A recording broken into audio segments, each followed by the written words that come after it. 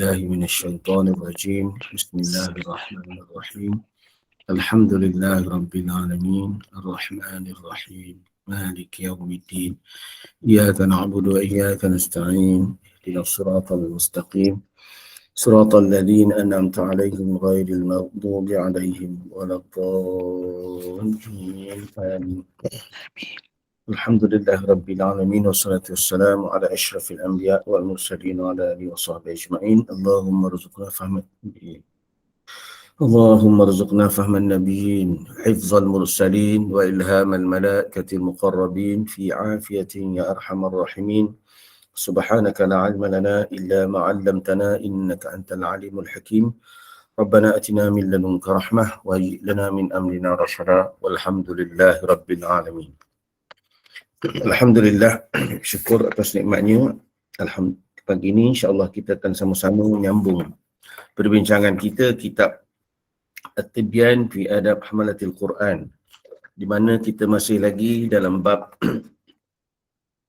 adab-adab guru Al-Quran dan muridnya, di mana kita telah pun dibentangkan oleh Al-Imam An-Nawawi bahawa perkara yang pertama yang paling penting bagi guru Al-Quran ialah niat yang ikhlas. Guru dan juga pelajar Al-Quran mestilah hati dia ikhlas kerana Allah Subhanahu Wa Taala. Dan telah dibincangkan bagaimana ataupun apa yang dimaksudkan dengan ikhlas itu menurut pendapat-pendapat ulama. Kemudian dalam pasal yang kedua dalam bab ini diingatkan kepada guru-guru Al-Quran supaya tidak ada dalam hatinya tujuan-tujuan keduniaan. Hatta dikata tidak boleh ada dalam hati dia niat untuk mendapat manfaat daripada murid-muridnya. Sama ada manfaat itu dalam bentuk harta ataupun khidmat sekalipun. Itu yang terakhir yang kita baca pada minggu-minggu yang lepas. Hari ini insya-Allah kita nak sambung yang ketiga tentang adab guru-guru Al-Quran. Ini muka surat 22 kalau buku yang baru. Muka surat 22 disebut di situ tiada iri dalam hati.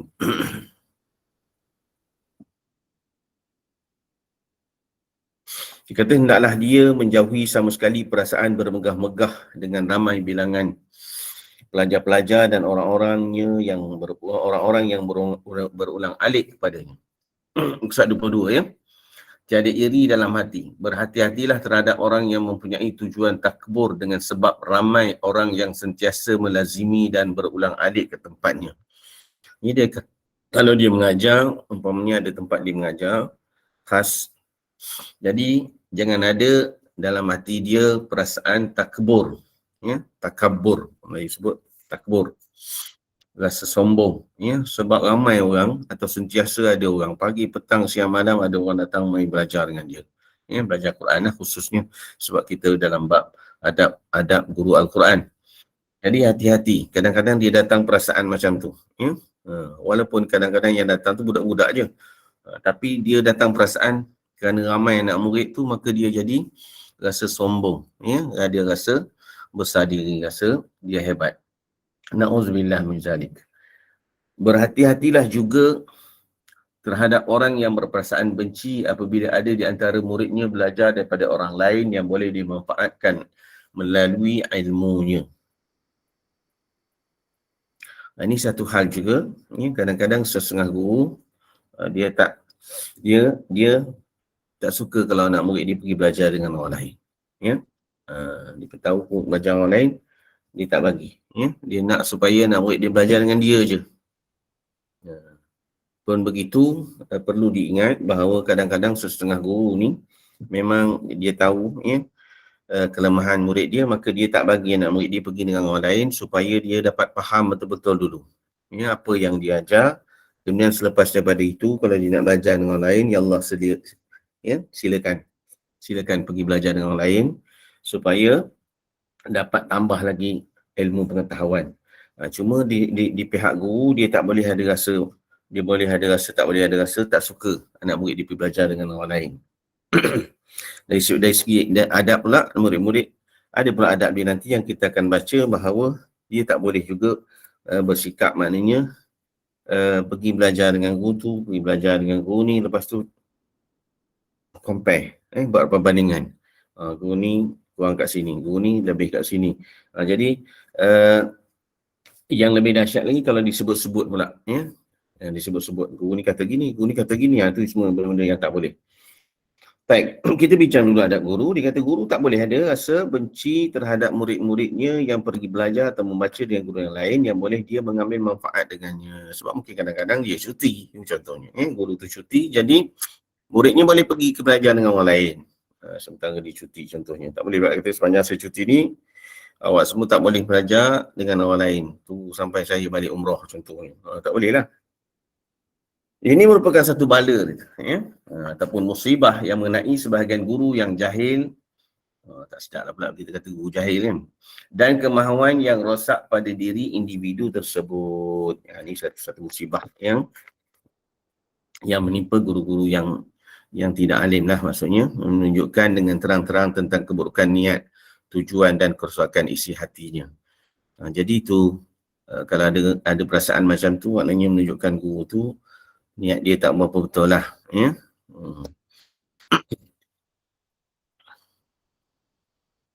Bahkan dia kata ia merupakan hujah kukuh yang menunjukkan bahawa dia tidak mahukan redha Allah yang maha pemurah menerusi pengajaran Al-Quran yang dilakukannya.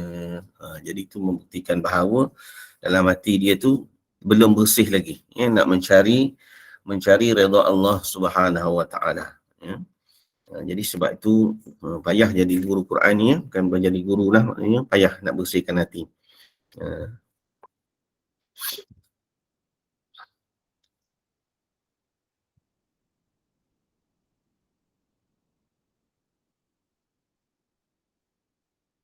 Hal ini kerana jika dia inginkan redha Allah Ta'ala menerusi amalan ini, menerusi usaha dia mengajar Al-Quran itu, tentu dia tidak akan membenci perkara tersebut. Tentulah maknanya dia tak kisah pun anak murid dia belajar dengan orang lain, tak kisah anak murid dia tak ramai pun dia tak kisah. Malah dia akan berkata kepada diri sendiri, dia sentiasa berkata kepada diri dia sendiri, aku ingin berbuat taat melalui pengajaran Al-Quran dan ia telah tercapai. Maknanya dia kena ingatkan diri dia bahawa aku ni nak jadi manusia hamba Allah yang taat, mengajar Al-Quran, mencari redha dia, dan dah tercapai pun. Dah ada pun orang yang datang belajar, berkongsi ilmu dengan dia. Jadi kita ingatkan diri dia selalu macam tu.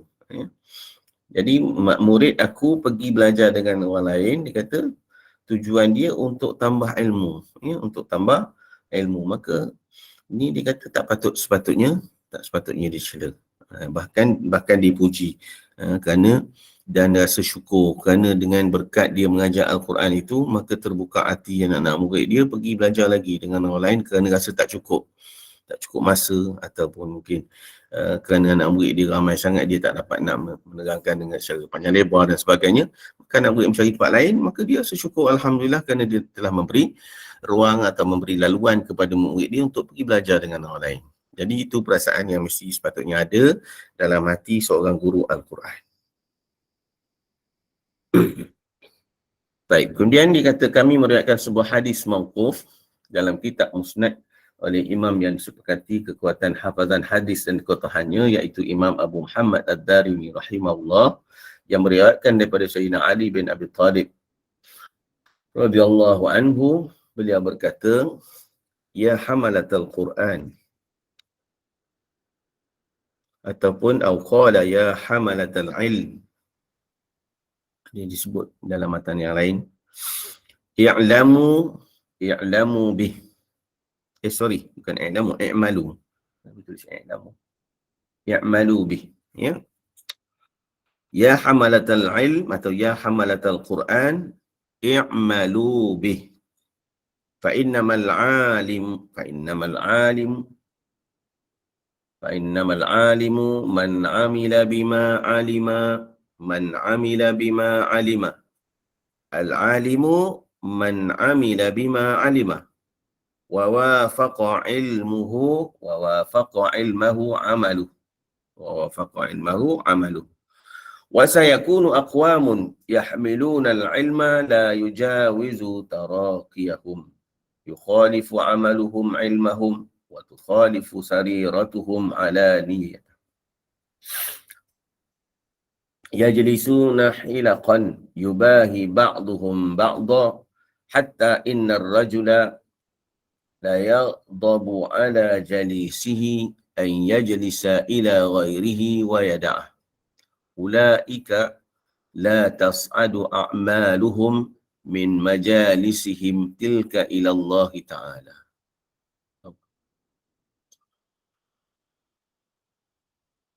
La tas'adu a'maluhum. Baik. Maksudnya,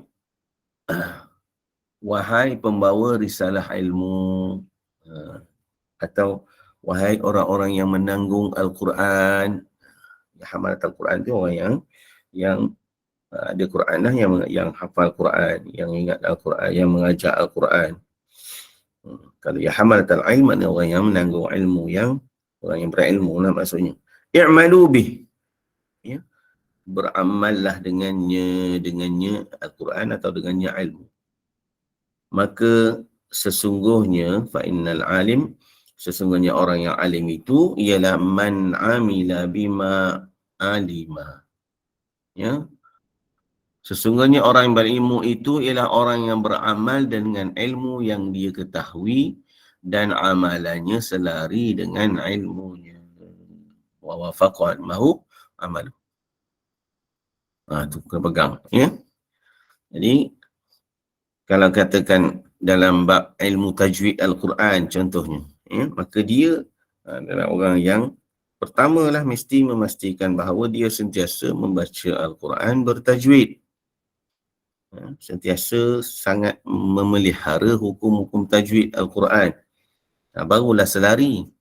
Kalau dia mengajar tajwid, teorinya hebat, cerita pasal dengunya, cerita pasal huruf ini ada 5 sifat mesti begitu begini, hamasnya jangan kurang, pensyidahnya dan sebagainya.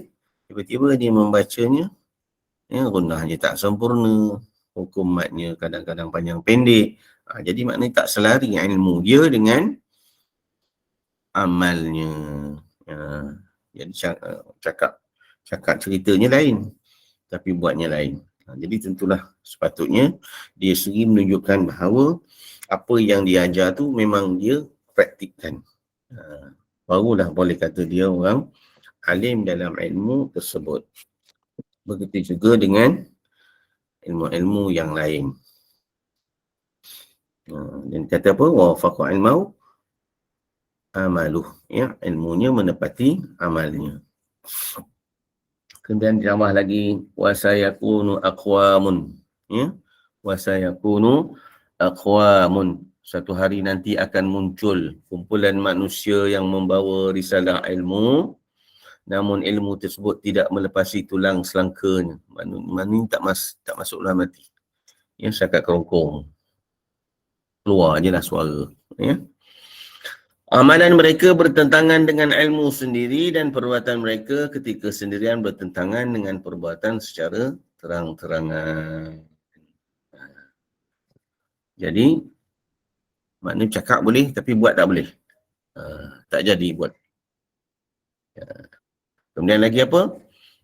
Dia sendiri, bila dia bersendirian, tak sama dengan duduk terang-terangan. Maknanya kalau di masa depan orang nampak hebat, ya, tapi bila dia sendiri dah tak ada dah, ya, semuanya tak buat pun.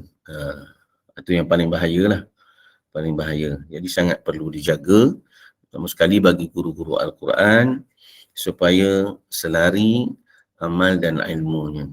Ya, mereka duduk di dalam majlis-majlis dan berbangga sesama sendiri sehingga ada seorang pemuda berasa marah terhadap orang semajlisnya yang menghadiri majlis ilmu orang lain dan meninggalkannya. Jadi pada duduk sama-sama mereka, duduk sembang-sembang, ya, duduk sembang-sembang, duduk cerita kehebatan masing-masing, ya. Jadi berapa ramai murid entah contoh, berapa ramai murid ustazah Saya tak ramai, ada dalam 200 orang.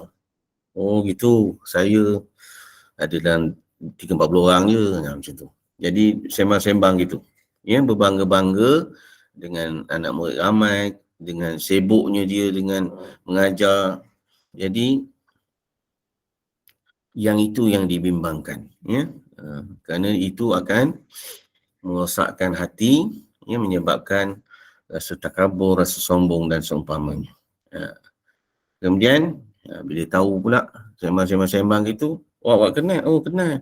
Ini si Puan ni mengaji dengan saya juga ni. Dia balik nanti kat kelas dia marah pula dengan murid ni. Jadi saya ingatkan yang belajar-belajar dengan saya tak payahlah belajar dengan orang lain. Gitu pula. Itu yang bahaya. Ya?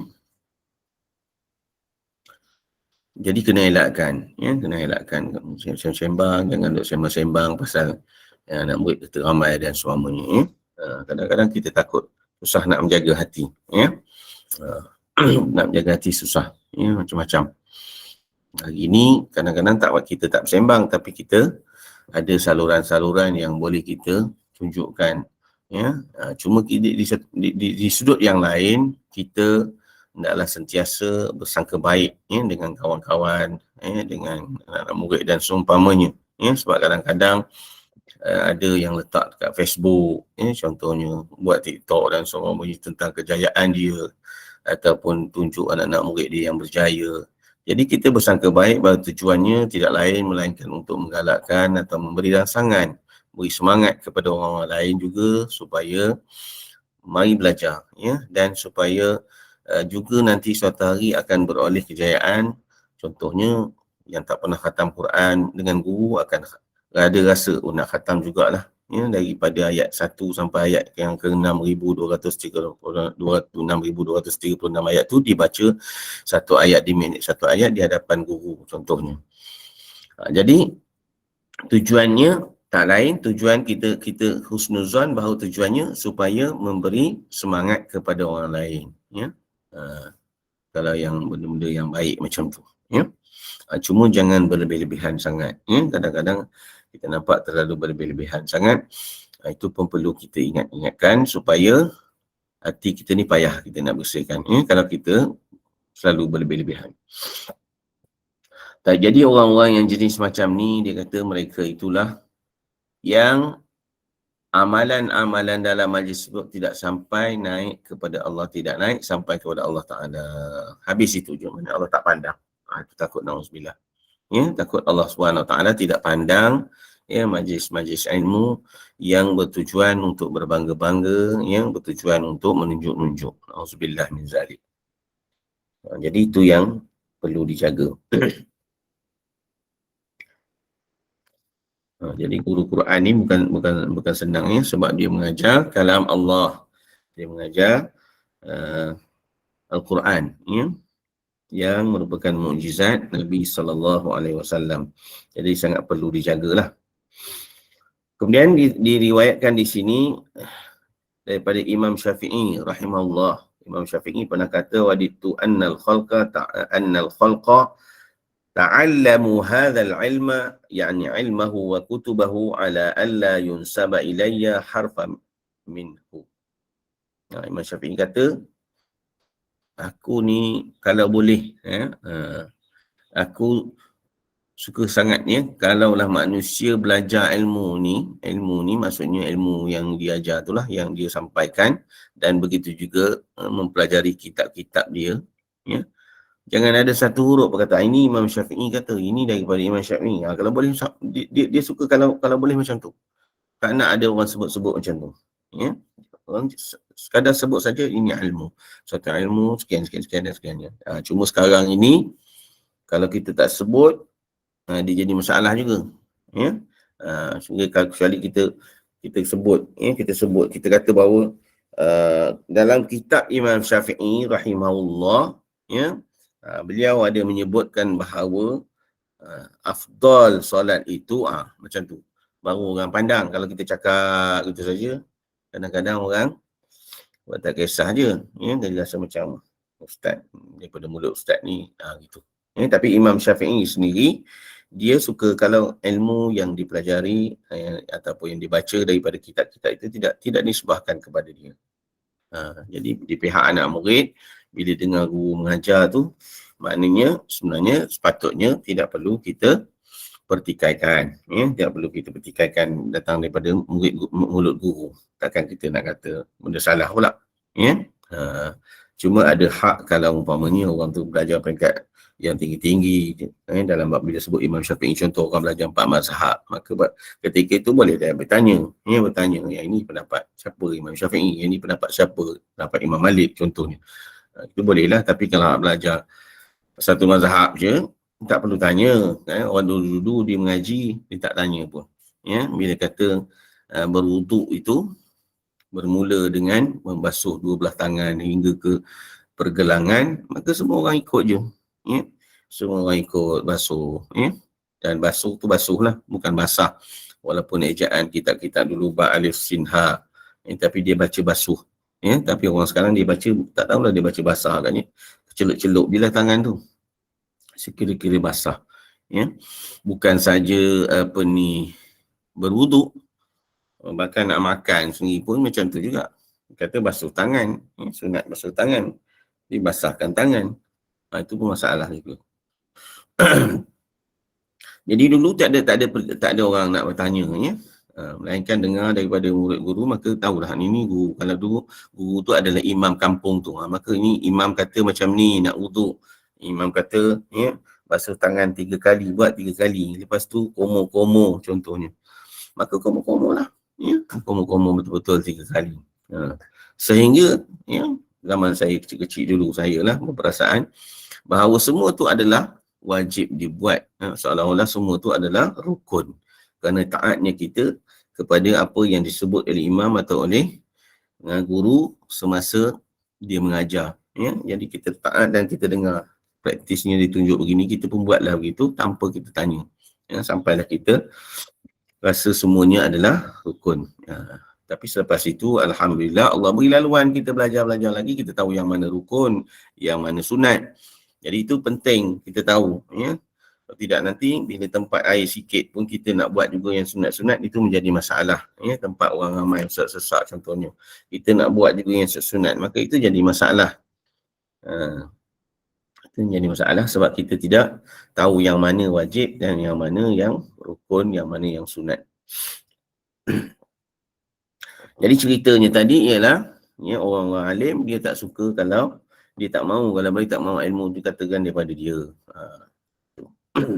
Sebab dia cuma menyampaikan apa yang diterima turun-temurun sampai kepada Rasulullah sallallahu alaihi wasallam. Itu perkara yang ketiga, di mana kita diingatkan kalau kita mengajar Al-Quran, diingatkan jangan ada rasa takabur, rasa bangga diri kerana anak murid kita ramai.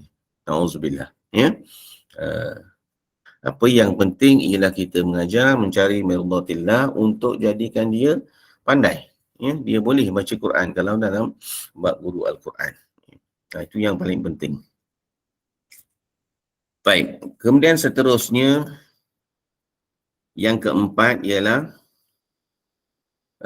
seorang guru Al-Quran hendaklah berakhlak dengan segala kelakuan baik yang ditetapkan oleh syarak, peribadi yang terpuji dan tabiat yang diredai sebagaimana yang ditunjukkan syarak, seperti zuhud terhadap kehidupan dunia dan mengambil bahagiannya yang sedikit, tidak mempedulikan dunia dan pencintanya, bersifat pemurah, dermawan, berbudi pekerti mulia, berbanis muka tanpa melampaui had yang tidak bermoral, lemah lembut, sabar, berusaha menjauhkan diri dari pekerja yang hina, yakni maksiat, melazimi warak, khusyuk, tenang, wibawa, rendah diri, menjauhi gelak tawa dan banyak gurau senda, melazimi seluruh ketetapan syarak seperti membersihkan diri dengan menghilangkan kotoran dan yang dikehendaki syarak untuk dibuang, seperti mencukur misai, potong kuku, rapikan janggut, menghilangkan bau yang tidak menyenangkan, dan menghindari pakaian yang makruh dipakai. Dia juga hendaklah berwaspada daripada sifat hasad, riak, ujub, menghina orang lain meskipun kedudukan orang itu lebih rendah daripada banyak sangat disebutkan tentang akhlak seorang guru Al-Quran. Hendaklah dia berakhlak dengan akhlak-akhlak yang baik yang dianjurkan oleh syarak. Sifat-sifat yang terpuji, tingkah laku yang diredai oleh Allah Subhanahu Wa Taala. Seperti dia kata disebut sini apa dia? Zuhud terhadap kehidupan dunia. Jadi guru Quran dia kena zuhud dunia ni. Jadi zuhud cara paling-paling tidak pun zuhud cara orang awam je lah. Dia tidaklah nampak ni. Dia ni tak gaya guru Quran. Kehidupan dia mewah-mewahnya. Tapi kalau kita tengok kenderaan dia besar contohnya, dia mampu beli. Dan memang dia guna untuk contohnya mengajar tempat jauh-jauh, kadang-kadang tidur mata tepi jalan, takkan nak pakai kereta kecil-kecil. Sakit badan sampai sana nanti duduk melihat dah habis masa gitu je, tak sempat nak mengajar. Jadi kalau dia beli kereta besar yang memang dia mampu contohnya, maka itu pun dia termasuk dalam zuhud juga. Tapi dia tidaklah berlebih-lebih. Ada koleksi kereta rumah banyak contohnya. Itu maksud zuhud dengan kehidupan dunia dan mengambil bahagiannya yang sedikit. Tu tadi tidak sampai jadi koleksi. Banyak benar. Jadi bila banyak harta, faham je lah banyak masa akan habis untuk mengurus harta. Tidak mempedulikan dunia dan pencintanya. Ada orang pencinta dunia. Dia tak puas hati tengok kereta macam ni, bos stiker pula contohnya. Tak puas hati tengok ni sport rim ni tak sesuai, tukar sport rim lain pula. Jadi dia, orang Quran ni dia tengok gitu je lah. Senyum-senyum gitu je. Ikut keperluan saja. Tidak perlulah dia ikut supa macam orang lain juga. Tengok. Itu nampak ada dah dekat kedai aksesori kereta. Contoh kalau hak minat kereta. Ini ada lagi. Guru Quran duduk. Selalu kita tengok minggu lepas sport rim lain, minggu ni sport rim lain pula. Jadi itu sudah maknanya sama dengan pencinta-pencinta dunia. Mudah-mudahan Allah Ta'ala masukkan kita dalam pencinta Al-Quran yang sentiasa tawaduk, sentiasa rendah diri, tak perlu ambil benda atau perkara yang tidak perlu. Dunia tu ambil sikit je. Pemurah, sangat pemurah. Fahamlah, dia sangat pemurah ni. Dermawan, pemurah tu lebih kurang lah tu. Berbudi pekerti mulia.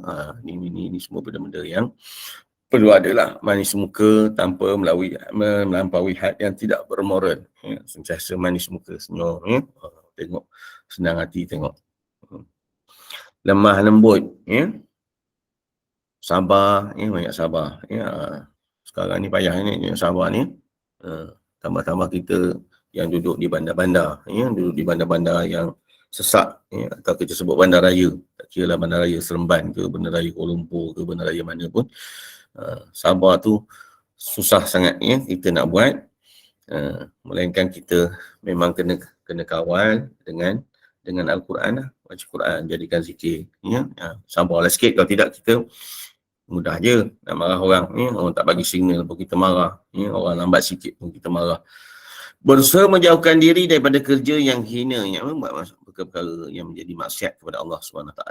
Jauhkan diri daripada kerja macam tu. Sentiasa wara', khusyuk, tenang. Kita ulang lagi sekali. Wibawa, rendah diri, sentiasa rendah diri. Rendah diri terutama sekali dengan ilmu. Walaupun dia dah hebat mengajar, ramai anak murid dia umpamanya terkenal dan sebagainya, tapi sentiasa rendah diri. Kemudian menjauhi gelak tawa yang banyak, banyak bergurau senda, banyak sangat tak boleh juga. Waliyadhaku qalina waliyabku katsira. Hendaklah mereka sedikit ketawanya, tapi banyak tangisan, menangis banyak. Jadi Al-Quran lebih lagi lah, guru-guru Al-Quran lebih lagi, tidak boleh dia gelak ketawa.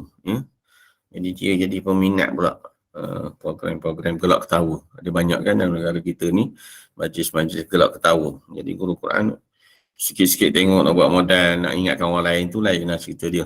Tapi siap tunggu, live pukul berapa tunggu. Tu berat tu. Orang Terengganu kata buat nanam.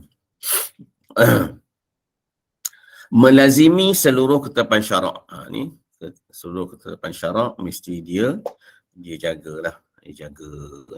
Kadang-kadang tak sedap lah tengok, kalau tengok buku Quran, buku panjang. Bersih pun, walaupun bersih, tapi bila buku panjang tu macam tak comel lah. Tak comel. Dia kena jaga semua benda-benda tu supaya dia tidak menjadi fitnah kepada anak murid dan kepada masyarakat. Jaga semua tu. Sehingga disebut di Imam Syafi'i ini cukup misal ni kalau orang lelaki lah, rapikan janggut, kalau janggut banyak panjang, kemudian jaga juga bau badan, tapi janganlah minyak wangi membukan kan, yang terutama sekali yang dianjurkan oleh syarak contohnya,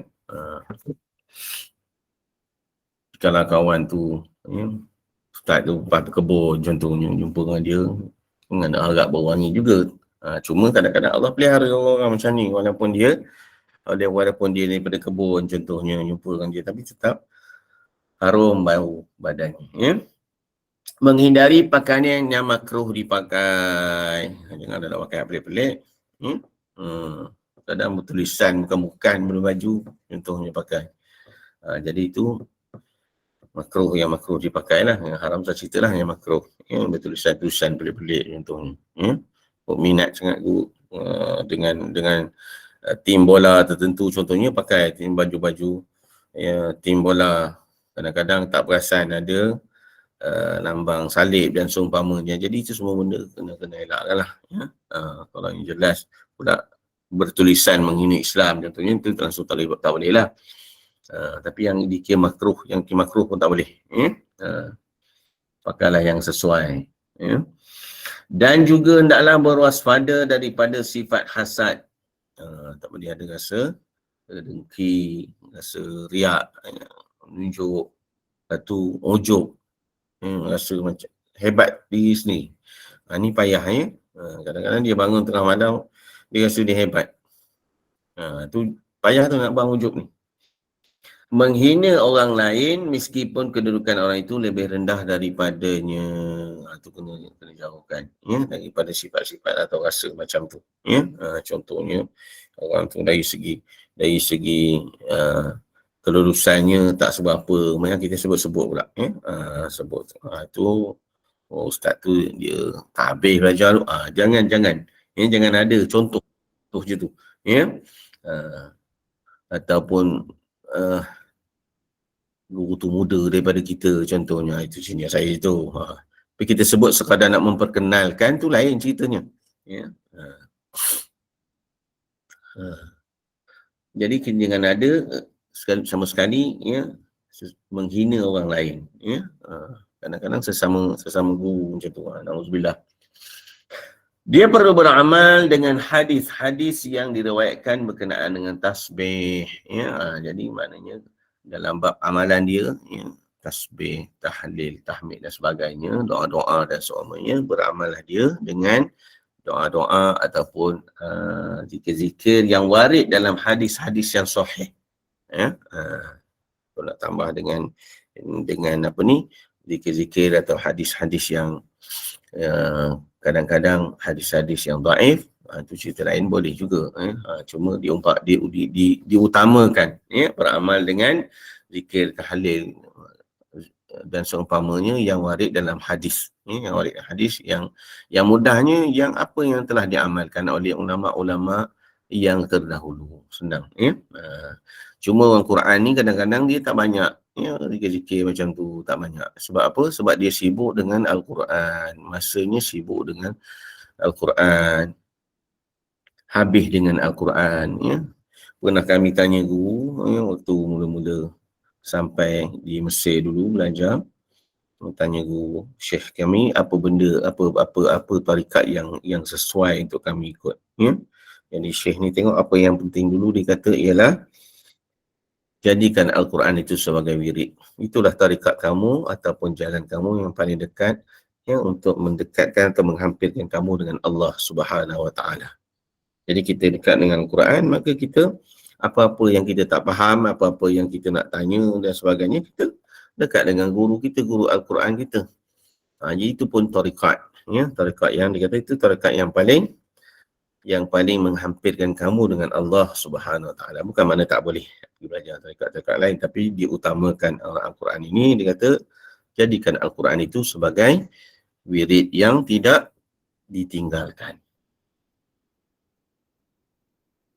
Dia mestilah mendekatkan diri kepada Allah Ta'ala ketika bersendirian dan terang-terangan. Jadi Al-Quran kena itu sentiasa. Dia berusaha mendekatkan diri dengan Allah Subhanahu Wa Ta'ala sama ada dia bersendirian ataupun dia duduk di khalayak ramai. Ya? Jadi dia tidak sibuk dengan keduniaan atau urusan-urusan yang tidak ada sangkut paut, yang tidak daruri dan seumpamanya. Dan sentiasa menjaga hal ini serta memastikan pergantungan dalam segala urusan adalah kepada Allah Subhanahu Wa Taala. Jadi guru Quran kena lagilah, ya, kena pastikan bahawa mendahulukan pergantungan dalam segala urusan kepada Allah Subhanahu Wa Taala. Ya, pegang sungguh yang kita dah baca dalam Fatihah. Ya, iyyaka na'bud wa iyyaka nasta'in. Apa-apa minta dengan Allah Subhanahu Wa Taala. Nak buat apa-apa tu minta dengan Allah Ta'ala dulu, ya. Sehingga kepada, walaupun urusan tu kita rasa ni simple je, ya, ni nak daftar, nak masuk darjah 1 sekarang, contoh, ya, kalau orang muda-muda lah, kita ni mungkin nak daftar lucu contohnya, masuk darjah 1 ini confirm mudah je pun, yang itu pun kena angkat takbir, berwuduk, ambil semayang, lepas tu semayang dulu 2 rakaat, minta Allah mudahkan. Itu memang maknanya hebatlah kalau boleh macam tu. Apa juga yang kita nak buat, dulukan Allah Subhanahu Wa Taala. Minta dengan Allah Taala. Ya. Apa lagi kalau yang lebih besar daripada itulah. Kita minta kepada Allah Subhanahu Wa Taala. Dulukan dengan memohon kepada Allah Subhanahu Wa Taala. Wa idza sa'alaka 'ibadi 'anni fa inni qarib. Ya, bila seorang hamba itu meminta atau berdoa kepada aku, maka dia akan rasa aku dekat. Ingatlah bahawa aku sentiasa dekat dengan hamba-hambaku. Ya. Ud'uni astajib lakum. Ya. Al-Quran kata. Jadi orang Quran ni dia baca Quran, dia ingat. Ya, Quran kata dah gitu. Ya. Ud'uni astajib lakum. Allah Ta'ala kata minta dengan aku doa. Ya. Astajib lakum. Nescaya aku akan makbulkan. Ya, aku akan makbulkan. Jadi gitu. Cuma orang Quran ni kadang-kadang dia sibuk dengan Quran macam kita baca dululah awal-awal dulu. Hadis yang kita baca awal dulu, hadis kursi yang menyebut orang Quran, dia sibuk baca Quran, dia tak minta. Tak sempat dia nak berdoa macam orang lain, ya. Tapi sebab berkat dia baca Quran, Allah mudahkan. Ya, berkat dia mengajar Quran, berkat dia rajin belajar Quran, tadabburnya, kelas tafsirnya, kelas qiraatnya dan seumpamanya, berkat daripada itu semua, maka Allah Ta'ala mudahkan semua urusan dia. Ya? Allah Ta'ala mudahkan semua urusan dunia. Ya? Itulah kita minta dengan Allah Ta'ala, mudah-mudahan Allah mudahkan semua urusan kita berkat kita dekat dengan Al-Quranul Karim. Ya? Jadi kita minta dengan Allah Ta'ala juga supaya kita ni sama je. Ya? Sama ada kita sendiri atau kita duduk di khalayak ramai, keadaan kita tidak berubah, ya, macam tu. Jadi itu yang keempatnya, di mana guru-guru Al-Quran disebutkan supaya sentiasa berakhlak dengan akhlak yang mulia, ya, dengan sifat-sifat terpuji dan tingkah laku yang diredai oleh Allah Subhanahu Wa Taala. Ya, kemudian sedikit yang kelima, sedikit saja yang kelima ni disebutkan bahawa patut bagi guru Al-Quran itu berlembah lembut dengan orang yang mempelajari Al-Quran daripadanya, mengalung-alungkannya dan berbuat baik kepadanya sesuai dengan keadaan mereka berdua ketika itu. Ya. Mengikut keadaan orang yang datang belajar lah. Ya. Jadi ini, ya, yang kelima. Yang kelima disebutkan guru Quran hendaklah berlemah lembut dengan anak murid. Ya, lemah lembut. Tapi kalau kita tanya generasi-generasi kita, ya, yang sudah 5 siri ke atas, mesti akan ada pengalaman belajar dengan guru Quran yang garang-garang. Kalau tak ada tu maknanya bukan generasi 5 siri ke atas lah. Ya. yang garang-garang mengajar Quran, ya, jarang kita jumpa yang lemah lembut, ya. Tapi dia anjurkan supaya lemah lembut. Guru Quran ni kadang dia garang, suara dia tinggi, masa dia mengajar je, lepas tu dia okey je. Dan kita ingat balik, kalau guru tu tak garang, kita tak pandai. Baik, ya, naklah dia berlemah lembut dengan murid-muridnya, mengalu-alukannya dan berbuat baik kepadanya sesuai dengan keadaan mereka. Jadi, bukan kedatangan murid-murid, ya, sebut, ya, ahlan wa sahlan bi wasiyati Rasulillah sallallahu alaihi wasallam. Selamat datang, ya. Kalian ini adalah apa yang diwasiatkan oleh Nabi, supaya datang belajar. Jadi kami ini Allah Ta'ala amanahkan supaya mengajar Quran. Kerana dia rasa macam tu, ya, ucapkan selamat datang kepada murid-murid, ya, yang datang nak belajar Al-Quran.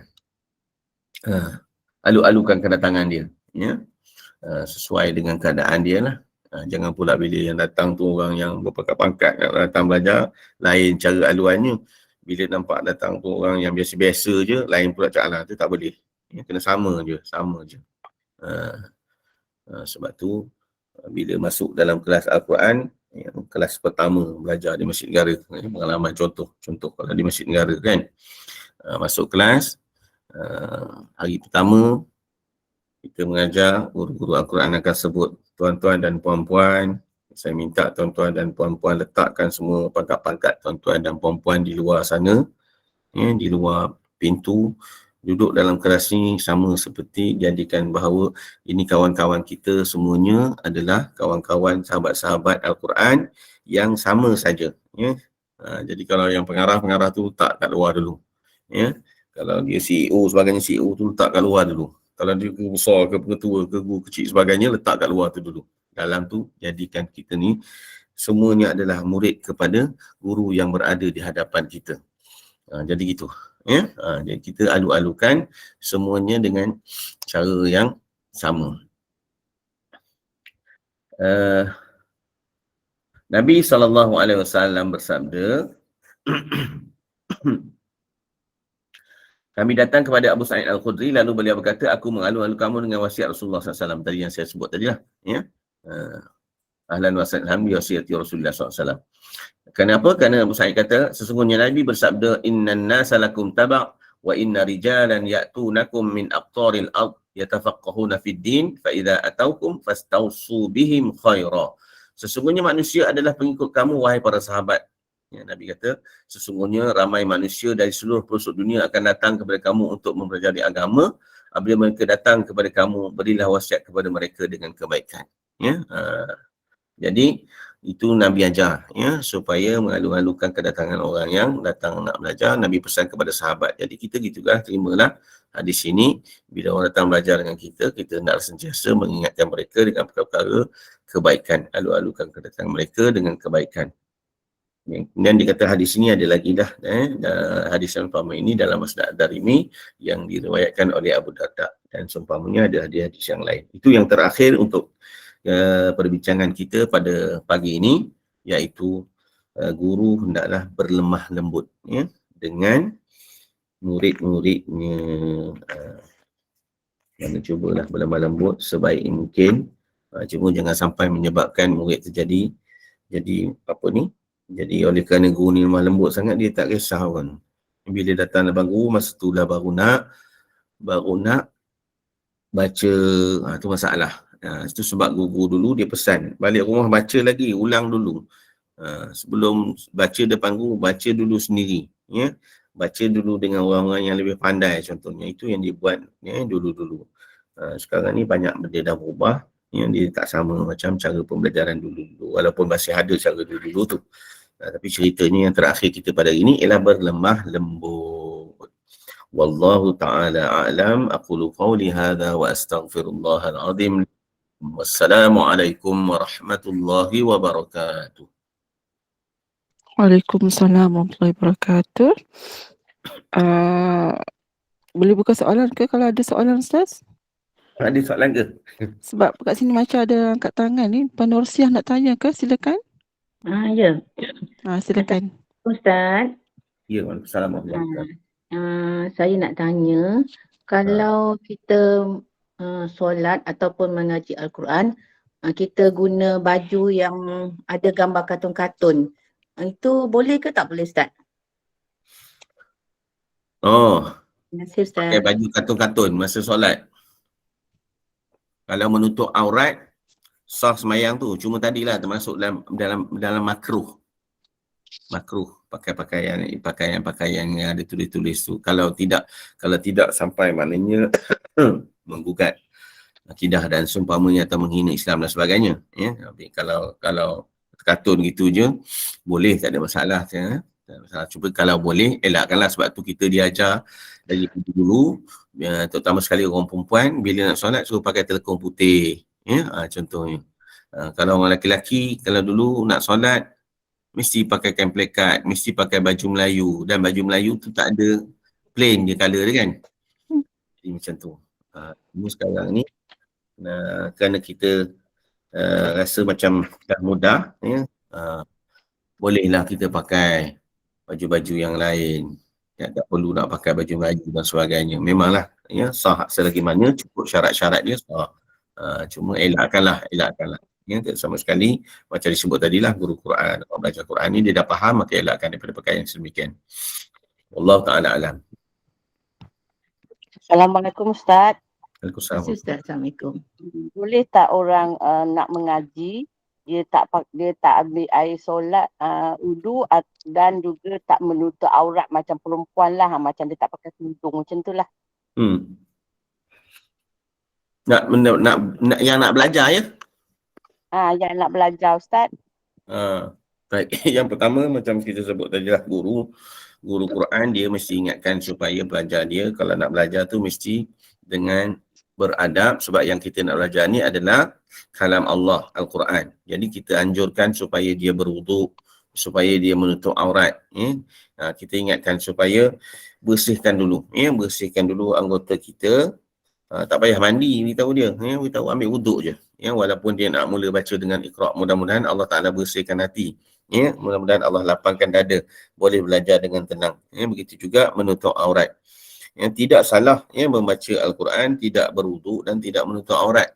Cuma kita nak ajar supaya kita ada rasa malu dengan Allah Subhanahu Wa Taala bila nak baca kalam dia, maka kita mesti menutup aurat, kita mesti dalam keadaan berwuduk, ya. Dan perlu kita ingat bahawa membaca Al-Quran paling baik ialah dalam keadaan berwuduk dalam solat.